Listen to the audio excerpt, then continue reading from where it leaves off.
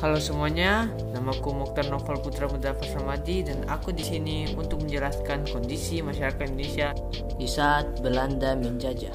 Masa penjajahan Belanda. Ini dimulai pada bulan April 1555 ketika Cornelis de Houtman dan de Keyser memimpin pelayaran menuju Nusantara dengan 4 buah kapal yang tiba di Banten pada bulan Juni 1556. Pada bulannya, kedatangan Belanda mendapat sambutan baik dari masyarakat Banten. Akan tetapi, karena disebabkan oleh sikap de Houtman yang hanya membeli rempah-rempah, ia kemudian diusir dari Banten. Kemudian pada tanggal 28 November 1558, rombongan baru dari Belanda dipimpin oleh Jacob van Neck dan Werek van Weyert dengan 8 buah kapal tiba di Banten yang diterima dengan baik oleh masyarakat Banten. Proses berdirinya VOC dalam perkembangan perdagangan rempah-rempah di Nusantara menimbulkan persaingan keras antara bangsa Eropa seperti Belanda, Portugis, Spanyol, dan Inggris. Untuk menghadapi persaingan itu, Belanda membentuk Verenigd Oost-Indisch Compagnie (VOC). Singkatnya, pimpinan perseroan VOC terdiri atas 17 anggota yang disebut Heren 17. Kepada VOC diberikan hak khusus untuk berdagang, berlayar, dan memegang kekuasaan di kawasan antara Tanjung Harapan dan Kepulauan Solomon. Tujuan pendirian VOC ialah menghilangkan persaingan antara sesama pedagang Belanda, menyatukan pedagang Belanda dan mencari keuntungan besar. VOC juga diberikan hak istimewa oktroi seperti hak monopoli, membuat mata uang, penjajahan, dan membuat militer sendiri. Kemunduran VOC.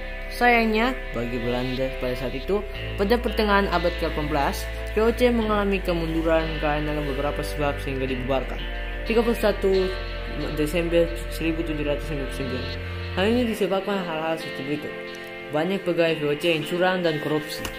Banyak pengeluaran untuk biaya peperangan, contoh perang melawan Hasnasuddin dari Goa. 3. Banyaknya gaji yang harus dibayar karena kekuasaan yang luas dan membutuhkan pegawai yang banyak. Keempat, pembayaran dividen keuntungan bagi pemegang saham turut memberatkan setelah pemasukan VOC kekurangan. 5. Bertambahnya saingan dagang di Asia terutama di Inggris dan Prancis. Perubahan politik di Belanda dengan berdirinya Republik Bataaf 1755 yang demokratis dan liberal menganjur perdagangan bebas. Sebab-sebab perlawanan rakyat Indonesia terhadap VOC. Sebab perlawanan dan pertentangan bangsa Indonesia dikarenakan hal berikut ini. Adanya penindasan oleh bangsa kolonial terhadap rakyat Indonesia, berlakunya sistem tanam paksa yang merugikan rakyat Indonesia, adanya sistem monopoli perdagangan, adanya sistem kerja paksa, pungutan pajak yang tidak sesuai dengan memberatkan rakyat Indonesia, penyiksaan yang dilakukan oleh bangsa kolonial dan VOC terhadap bangsa Indonesia. Pemerintahan Hindia Belanda.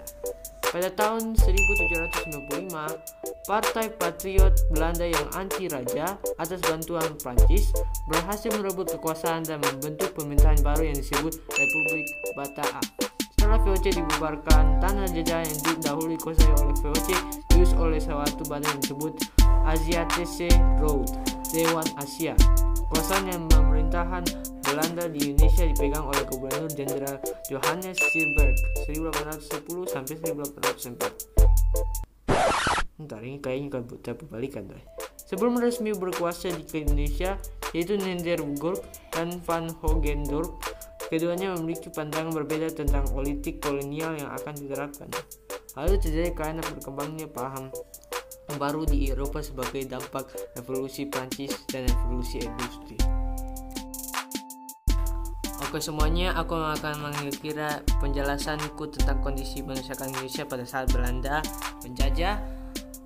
Oke, semuanya semoga bermanfaat bagi yang nonton dan bertambah ilmunya. Assalamualaikum warahmatullahi wabarakatuh. Dah.